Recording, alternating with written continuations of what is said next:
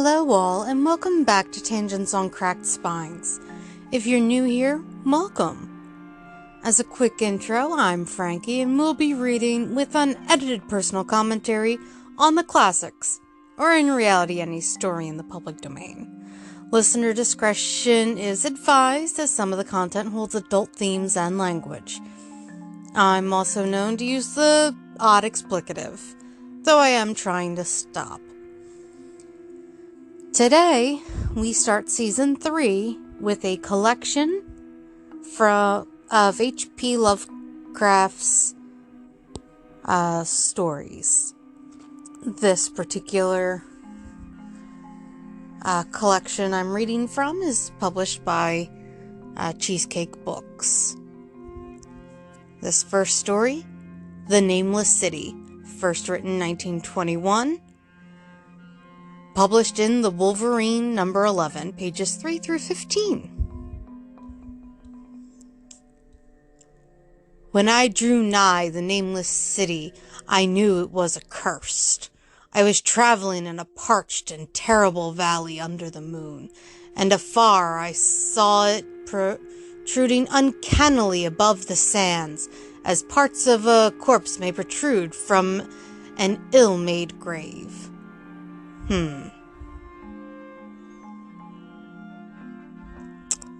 Well, that's definitely descriptive. Fear spoke from the age-worn stones of this hoary survivor of the deluge, this great-grandmother of the eldest pyramid, and a viewless aura repelled me and bade me retreat from antique and sinister secrets that no man should see, and no man else had dared to see. Remote in the desert of Araby lies the Nameless City, crumbling and inarticulate, its low walls nearly hidden by the sands of uncounted ages. It must have been thus before the first stones of Memphis were laid, and while the bricks of Babylon were yet unbaked.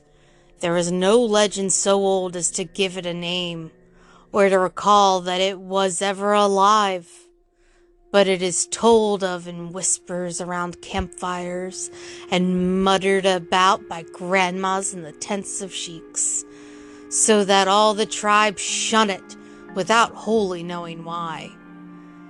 It was of this place that Abdul al-Hazared, the mad poet, dreamed on the night before he sang his unexplained couplet.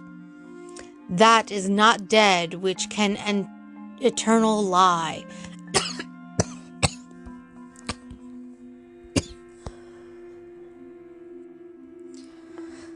Sorry about that. 3 minutes in and my voice already doesn't like The Nameless City. Alright. That is not dead which can eternal lie, and with strange aeons even death may die. Spooky.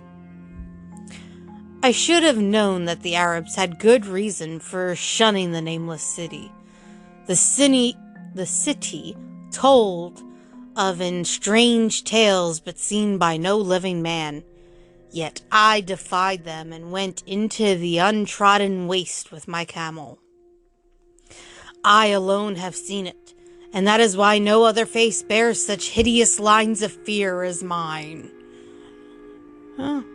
Literally aged with fear, huh?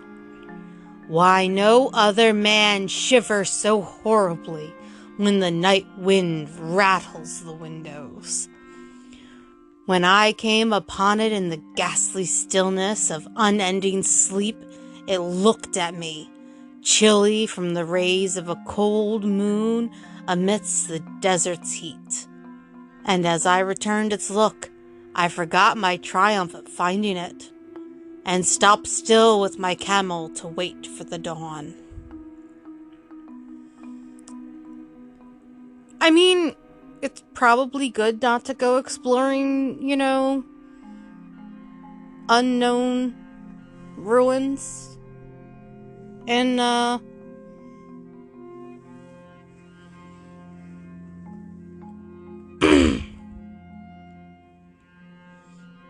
in the middle of the desert in the dark, but also, yeah, creepy.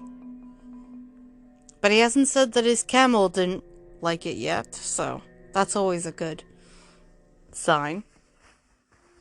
But it is H.P. Lovecraft.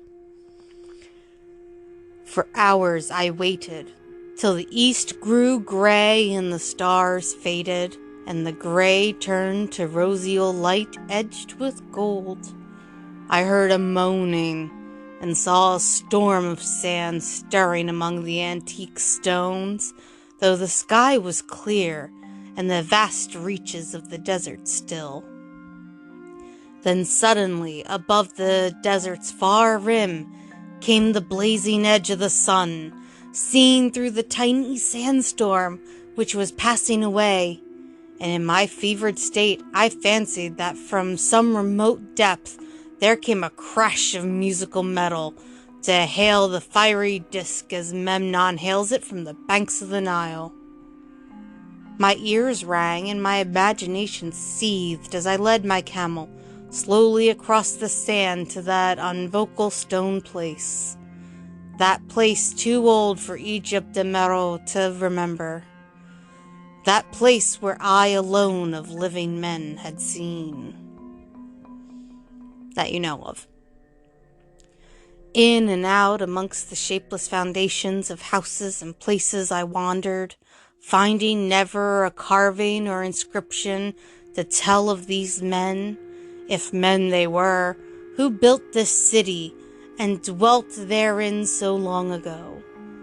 The antiquity of the spot was unwholesome, and I longed to encounter some sign or device to prove that the city was indeed fashioned by mankind. Oh, so we're aliens,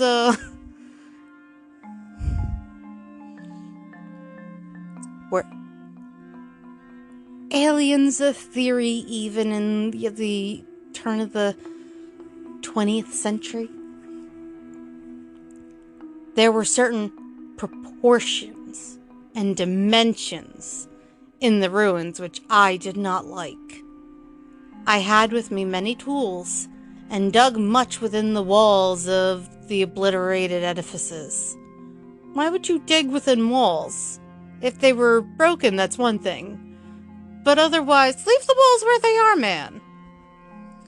But progress was slow, and nothing significant was revealed.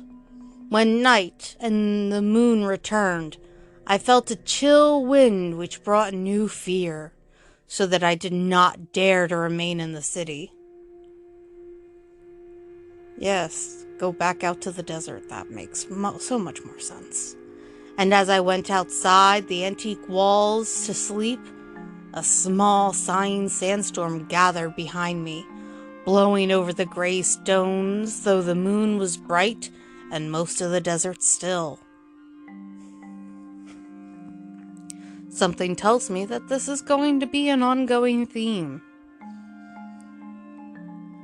I awakened just at dawn from a pageant of horrible dreams, my ears ringing as from some metallic peal. I saw the sun peering redly through the last gusts of a little sandstorm. Is there really such a thing as a little sandstorm? That hovered over the Nameless City and marked the quietness of the rest of the landscape.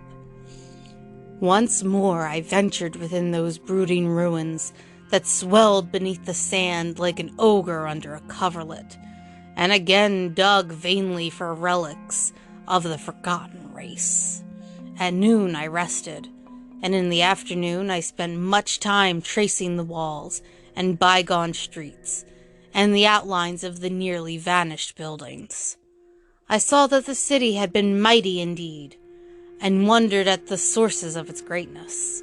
To myself, I pictured all the splendors of an age so distant that Chaldea could not recall it, and thought of Sarnath the Doomed, that stood in the land of Emnar when mankind was young, and of Ib, that was carven of grey stone before mankind existed.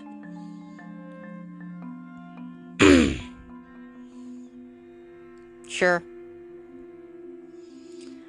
All at once I came upon a place where the bedrock rose stark through the sand and formed a low cliff.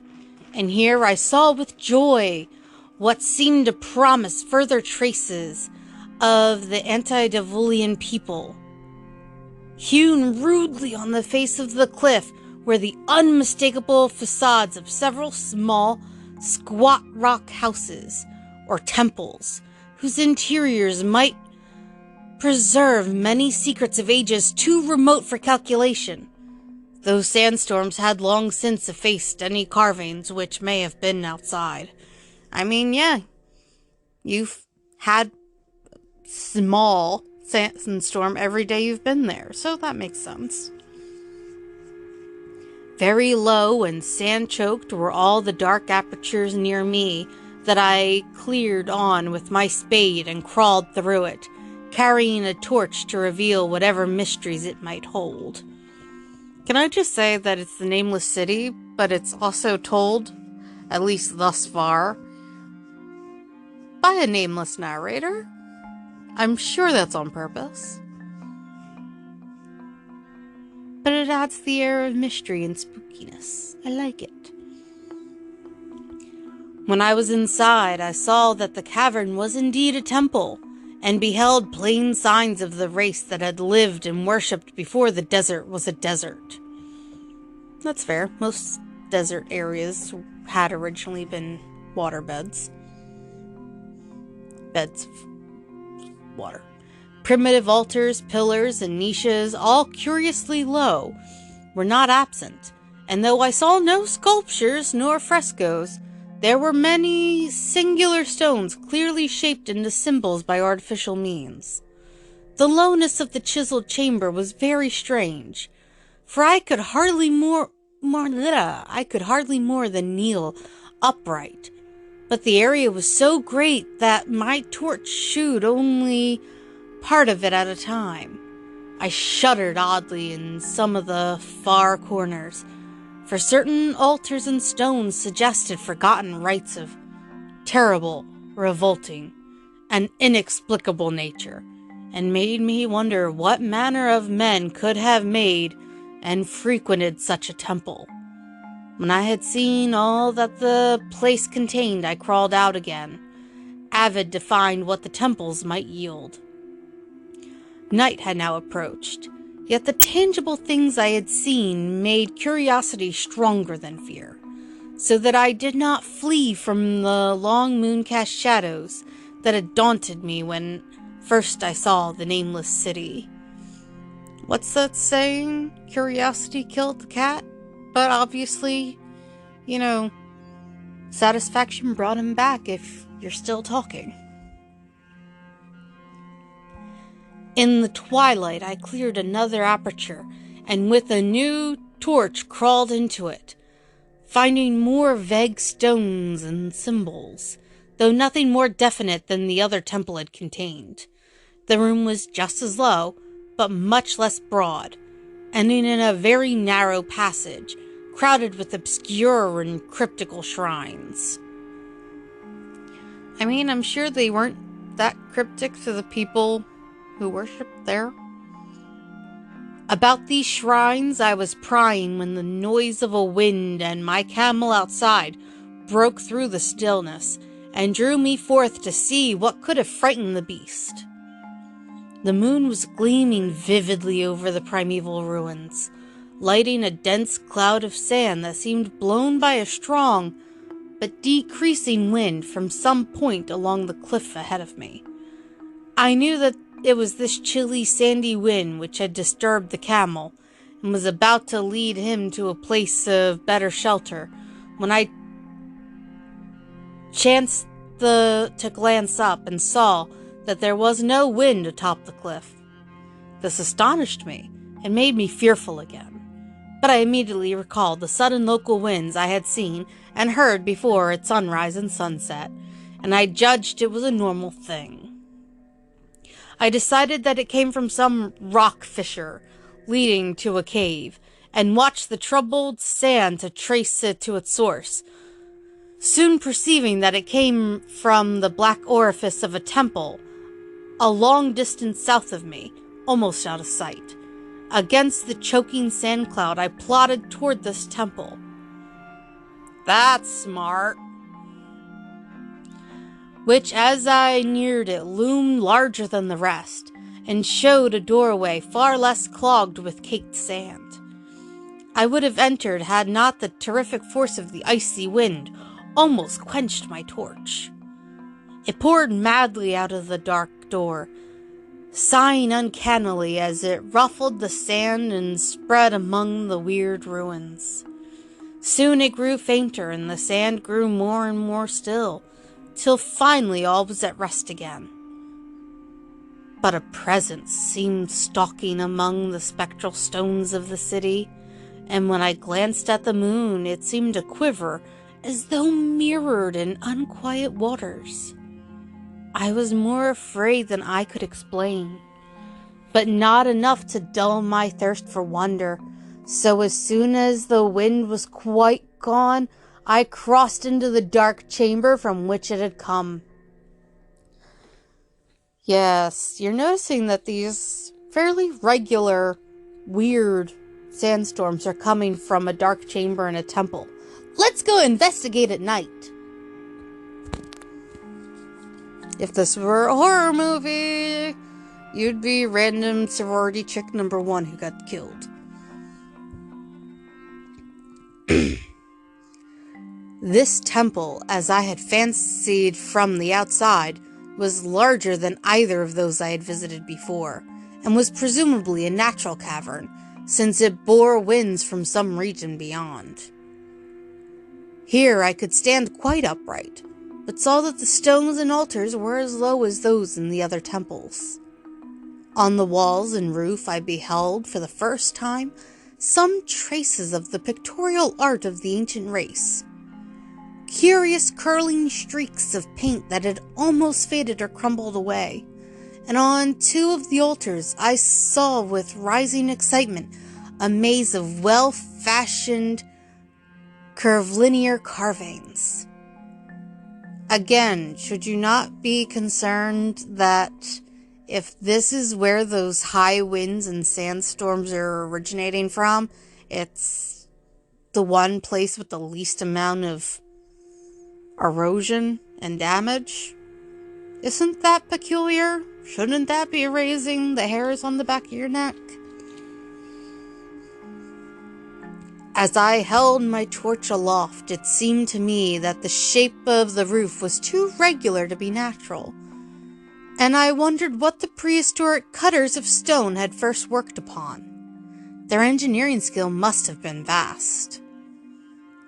Then a brighter flare of the fantastic flame showed me the for which I had been seeking, the opening to those remoter abysses whence the sudden wind had blown, and I grew faint when I saw that it was a small and plainly artificial door, chiseled in the solid rock. I thrust my torch within, beholding a black tunnel with the roof arching low over a rough flight of very small, numerous, and steeply descending steps. I shall always see those steps in my dreams, for I came to learn what they meant. At the time, I hardly knew whether to call them steps or mere footholds in a precipitous descent. My mind was whirling with mad thoughts, and the words of and warning of Arab prophets seemed to float across the desert from the lands that men know to the Nameless City that men dare not know. Yet I hesitated only for a moment before advancing through the portal and commencing to climb cautiously down the steep passage, feet first, as though on a ladder.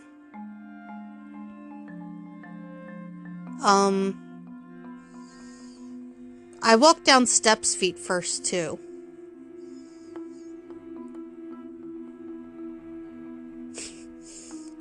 I find it odd that you would say feet first. It's not a slide. It is only in the terrible phantasms of drugs or delirium that any other man can have such a descent as mine. The narrow passage led infinitely down, like some hideous haunted well, and the torch I held above my head could not light the unknown depths toward which I was crawling. I lost track of the hours and forgot to consult my watch, though I was frightened when I thought of the distance I must be traversing. There were changes of direction and of steepness, and once I came to a long, low, level passage where I had to wriggle feet first along the rocky floor, holding my torch at arm's length beyond my head. The place was not high enough for kneeling. After that were more of the steep steps, and I was still scrambling down interminably. It does say interminably. There's no T at the end of that. When my failing torch died out. I do not think I noticed it at the time, for when I did notice it, I was still holding it high above me as if it were ablaze. I was quite unbalanced with that instinct for the strange and the unknown, which had made me a wanderer upon earth and a haunter of far, ancient, and forbidden places. In the darkness, there flashed before my mind fragments of my cherished treasury of demonic lore, sentences from Alhazared the Mad Arab, paragraphs from the apocryphal nightmares of Damascus, and infamous lines from the delirious Image du Monde of Gautier de Metz. I repeated queer extracts and muttered of Afrasiab and the demons that floated with him down the Oxus, later chanting over and over again a phrase from one of Lord Dunsany's tales, the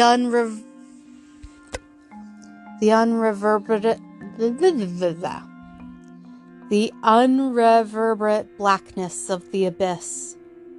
Once, when the descent grew amazingly steep, I recited something in sing-song from Thomas More until I feared to recite more. A reservoir of darkness, black as witches' cauldrons are when filled with moon drugs in the eclipses distilled, leaning to look if foot might pass down through that chasm I saw beneath, as far as vision could explore, the jetty's sides as smooth as glass, looking as if just vanished o'er with that dark pitch the seed of death throws out upon its slimy shore. Time had quite ceased to exist when my feet again felt a level floor, and I found myself in a place slightly higher than the rooms in the two smaller temples, now so incalculably far above my head. I could not quite stand, but could kneel upright, and in the dark I shuffled and crept hither and thither at random. I soon knew that I was in a narrow passage whose walls were lined with cases of wood, having glass fronts. Glass fronts? That seems out of place for the time. As in that Paleozoic and abysmal place I felt of such things as polished wood and glass, I shuddered at the possible implications. The cases were apparently ranged along each side of the passage at regular intervals, and were oblong and horizontal, hideously like coffins in shape and size. When I tried to move 2 or 3 for further examination, I found that they were firmly fastened. I saw that the passage was a long one, so floundered ahead rapidly in a creeping run that would have seemed horrible had any eye watched me in the blackness, crossing from side to side to occasionally to feel of my surroundings and be sure the walls and rows of cases still stretched on. Man is so used to thinking visually that I almost forgot the darkness and pictured the endless corridor of wood and glass in its low-studded monotony, as though I saw it. And then in a moment of indescribable emotion, I did see it. Just when my fancy merged into real sight, I cannot tell. But there came a gradual glow ahead, and all at once, I knew that I saw the dim outlines of a corridor and the cases, revealed by some unknown subterranean phosphorescence. For a little while, all was exactly as I had imagined it, since the glow was very faint. But as I mechanically kept on stumbling ahead into the stronger light, I realized that my fancy had been but feeble. The hall was no relic of crudity like the temples in the city above, but a monument of the most magnificent and exotic art. Rich, vivid, and daringly fantastic designs and pictures formed a continuous scheme of mural painting, whose lines and colors were beyond description. The cases were of a strange golden wood, with fronts of exquisite glass, and containing the mummified forms of creatures outreaching in grotesqueness the most chaotic dreams of man. To convey any idea of these monstrosities is impossible. They were of the reptile kind, with body lines suggesting sometimes the crocodile, sometimes the seal. Seals aren't reptilian. But more often nothing of which either the naturalist or the paleontologist ever heard.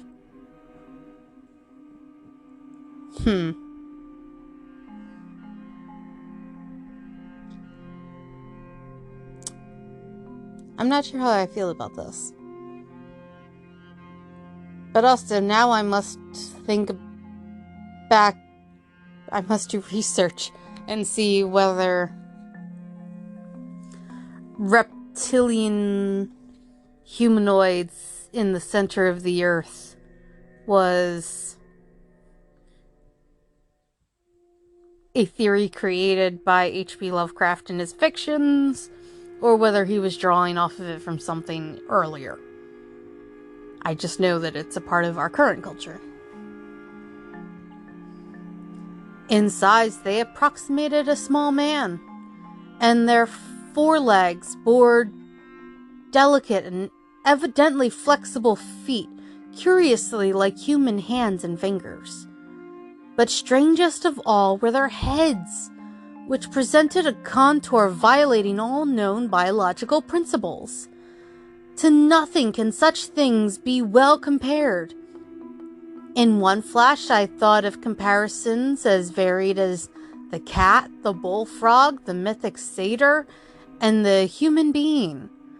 Not Jove himself had had so colossal and protubulent a forehead, yet the horns and the noselessness and the alligator-like jaw placed the things outside all established categories. I debated for a time on the reality of the mummies, half suspecting they were artificial idols, but soon decided they were indeed some Paleogene species which had lived when the Nameless City was alive.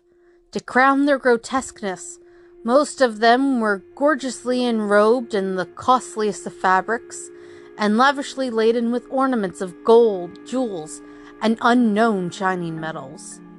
The importance of these crawling creatures must have been vast, for they held first place among the wild designs on the frescoed walls and ceiling.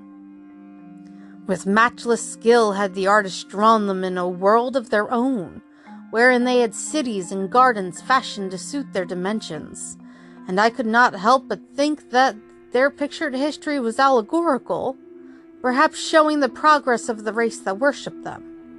These creatures, I said to myself, were the men of the Nameless City that the she-wolf was to Rome, or some totem beast is to the tribe of Indians. Holding this view, I could trace roughly a wonderful epic of the Nameless City, the tale of a mighty sea-coast metropolis that ruled the world before Africa rose out of the waves, and of its struggles as the sea shrank away and the desert crept into the fertile valley that held it. I saw its wars and triumphs, its troubles and defeats, and afterwards its terrible fight against the desert, when thousands of its people, here represented in allegory by the grotesque reptiles, sure, we'll assume it's allegory, were driven to chisel their way down through the rocks in some marvelous manner to another world, whereof their prophets had told them. It was all vividly weird and realistic, and its connection with the awesome descent I had made was unmistakable. I even recognized the passages. As I crept along the corridor toward the brighter light, I saw later stages of the painted epic. The leave-taking of the race that had dwelt in the Nameless City and the valley around for 10 million years. The race whose souls shrank from quitting scenes their bodies had known so long, where they had settled as nomad in the earth's youth, hewing in the virgin rock those primal shrines at which they had never ceased to worship. Now that the light was better, I studied the pictures more closely, and, remembering the strange reptiles must represent the unknown men, pondered upon the customs of the Nameless City. Many things were peculiar and inexplicable.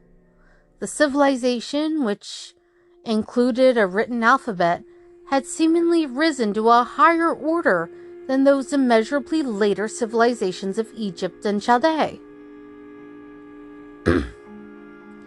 Yet there were curious omissions. I could, for example, find no pictures to represent deaths or funeral customs, save such as were related to wars, violence, and plagues. And I wondered at the reticence shown concerning natural death. It was as though an ideal of earthly immortality had been fostered as a cheering illusion. Sure. Still nearer the end of the passage was painted scenes of the utmost picturesqueness and extravagance, contrasted views of the Nameless City and its desertion and growing ruin, and of the strange new realm of paradise to which the race had hewn its way through the stone. In these views the city and the desert valley were shown always by moonlight, a golden nimbus hovering over the fallen walls, and half revealing the splendid perfection of former times, shown spectrally and elusively by the artist. The paradisal scenes were almost too extravagant to be believed, portraying a hidden world of eternal day, filled with glorious cities and ethereal hills and valleys. At the very last, I thought I saw signs of an artistic anticlimax. The paintings were less skillful and much more bizarre than even the wildest of the earlier scenes. They seemed to record a slow decadence of the ancient stock, coupled with a growing ferocity towards the outside world from which it was driven by the desert. The forms of the people, always represented by the sacred reptiles, appeared to be gradually wasting away. Through their spirit is shown hovering above the ruins by moonlight, gained in proportion. Emaciated priests, displayed as reptiles in ornate robes, cursed the upper air and all who breathed it. And one terrible final scene showed a primitive-looking man, perhaps a pioneer of ancient Aram, the city of pillars, torn to pieces by members of the elder race. I remember how the Arabs fear the Nameless City, and was glad that beyond this place the gray walls and ceilings were bare. Can I just say that regardless of the time, like, going out and dealing with a excavation alone was unheard of? Could he really not find other people stupid enough to go try and find the Nameless City with him? That he traversed, I'm assuming he traversed the desert alone with a camel? That's seems unlikely, but, I'm not the writer, and this is fiction.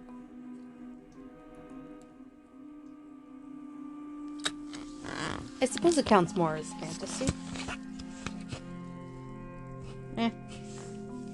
I'll go with fiction. As I viewed the pageant of mural history, I had approached very closely to the end of the low-ceiled hall, and was aware of a great gate, through which came all of the illuminating phosphorescence. Creeping up to it, I cried aloud in transcendent amazement at what lay beyond, for instead of other and brighter chambers, there was only an illimitable void of uniform radiance, such one might fancy when gazing down from the peak of Mount Everest upon a sea of sunlit mist. Behind me was a passage so cramped that I could not stand upright in it. Before me was an infinity of subterranean effulgence.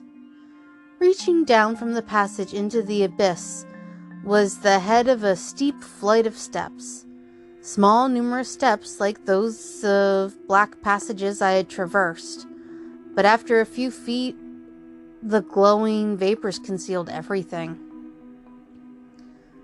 Swung back open against the left-hand wall of the passage was a massive door of brass, incredibly thick and decorated with fantastic bas-reliefs, which could, if closed, shut the whole inner world of light away from the vaults of the passages of rocks.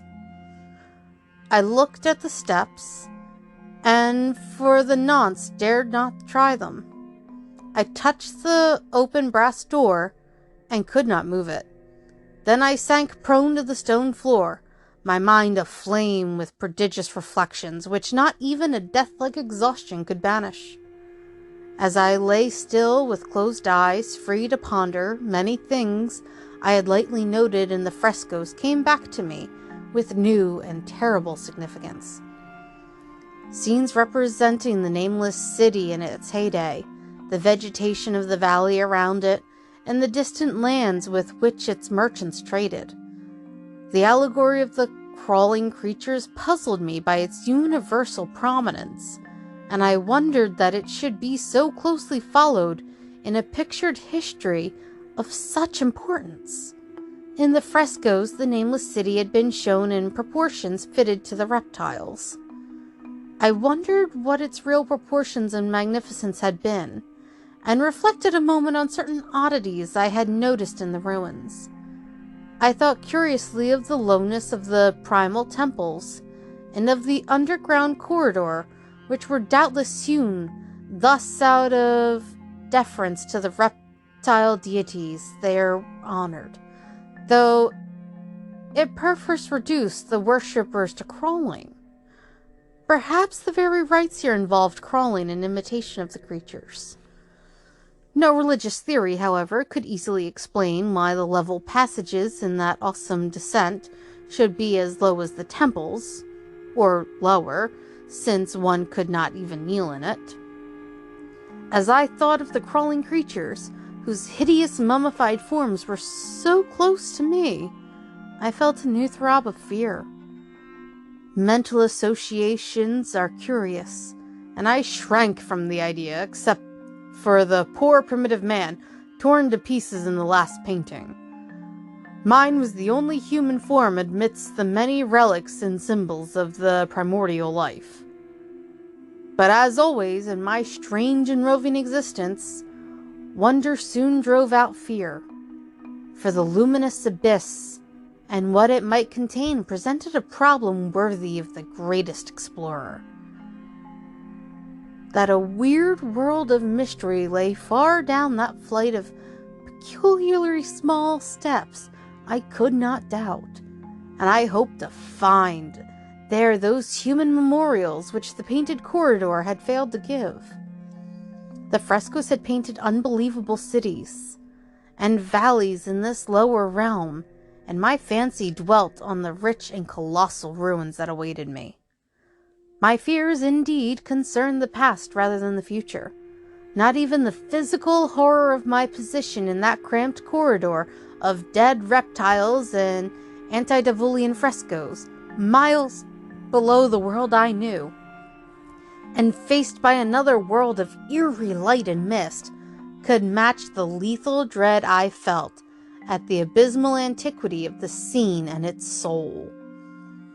An ancientness so vast that measurement is feeble seemed to leer down from the primal stones and rock-hewn temples of the Nameless City, while the very latest of the astounding maps in the frescoes showed oceans and continents that man has forgotten, with only here and there some vaguely familiar outlines of what could have happened in the geological ages since the painting ceased and the death-hating race resentfully succumbed to decay. No man might say. Life had once teemed in these caverns, and in the luminous realm beyond. Now I was alone with vivid relics, and I trembled to think the countless ages through which these relics had kept a silent, deserted vigil. Suddenly there came another burst of that acute fear which had intermittently seized me ever since I first saw the terrible valley and the Nameless City under a cold moon, and despite my exhaustion, I find myself starting frantically to a sitting posture and gazing back along the black corridor towards the tunnels that rose to the outer world. My sensations were much like those which had made me shun the Nameless City at night, and were as inexplicable as they were poignant. In another moment, however, I received a still greater shock in the form of a definite sound, the first which had broken the utter silence of these tomb-like depths. It was a deep, low moaning, as of a distant throng of condemned spirits, and came from the direction in which I was staring. Its volume rapidly grew, till it soon reverberated rightfully through the low passage, and at the same time I became conscious of an increasing draught of cold air, likewise flowing from the tunnels in the city above. The touch of this air seemed to restore my balance, for I instantly recalled the sudden gusts which had risen around the mouth of the abyss each sunset and sunrise, one of which had indeed revealed the hidden tunnels to me. I looked at my watch and saw that sunrise was near, so bracing myself to resist the gale that was sweeping down to its cavern home as it had swept forth at evening, my fear again waned low, since a natural phenomenon tends to dispel brooding over the unknown. More and more madly poured the shrieking, moaning night wind into the gulf of the inner earth. I dropped prone again and clutched vainly at the floor for fear of being swept bodily through the open gate into the phosphorescent abyss. Such fury I had not expected. Dude, you said that it was creating small sandstorms and you didn't expect it to be bad? Alright. And as I grew aware of an actual slipping of my form toward the abyss, I was beset by 1,000 new terrors of apprehension and imagination. The malignancy of the blast awakened incredible fancies. Once more I compared myself shudderingly to the only human image in that frightful corridor, the man who was torn to pieces by the nameless race. For in the fiendish clawing of the swirling currents there seemed to abide a vindictive rage, all the stronger because it was largely impotent. I think I screamed frantically near the last. I was almost mad. But if I did so, my cries were lost in the hellborn babble of the howling wind wraiths. I tried to crawl against the murderous, invisible torrent, but I could not even hold my own as I was pushed slowly and inexorably toward the unknown world. Finally, reason must have wholly snapped, for I fell babbling over and over that unexplainable couplet of the mad Arab Alzared who dreamed of the Nameless City. That is not dead which can eternal lie, and with strange eons even death may die. Only the grim brooding desert gods know what really took place. What indescribable struggles and scrambles in the dark I endured, or what Abaddon guided me back to life, where I must always remember to shiver in the night wind till oblivion, or worse, claims me. Monstrous, unnatural, colossal was the thing, too far beyond all the ideas of man to be believed, except in the silent, damnable small hours of the morning when one cannot sleep. I have said that the fury of the rushing blast was infernal.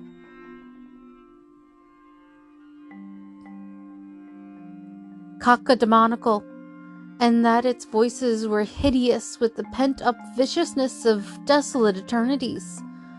Presently these voices, while still chaotic before me, seemed to my beating brain to take articulate form behind me, and down there in the grave an unnumbered aeon-dead antiquities, leagues below the dawnlit world of men, I heard the ghastly cursing and snarling of strange-tongued fiends.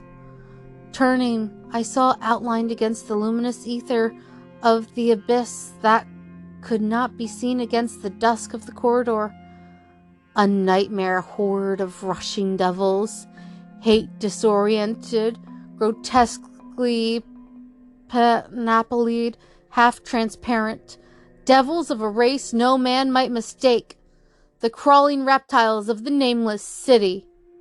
And as the wind died away, I was plunged into the ghoul-pooled darkness of Earth's bowels. For behind the last of the creatures, the great brazen door clanged shut with a deafening peal of metallic music, whose reverberations swelled out to the distant world, to hail the rising sun of the Memnon Hills, as Memnon hails it from the banks of the Nile.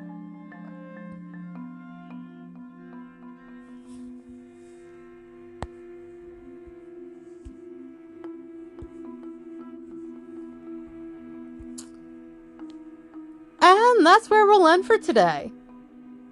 Thank you all for listening. I appreciate you doing so. If you have it in you, a review would be amazing. It helps other people join our book club, if you will. And yeah, I will go ahead and add my Etsy shop if you are interested in merch. If you want to reach out to me personally, it's talkspod@gmail.com. That's again phonetically Tango Oscar Charlie Sierra Paris Oscar Delta @gmail.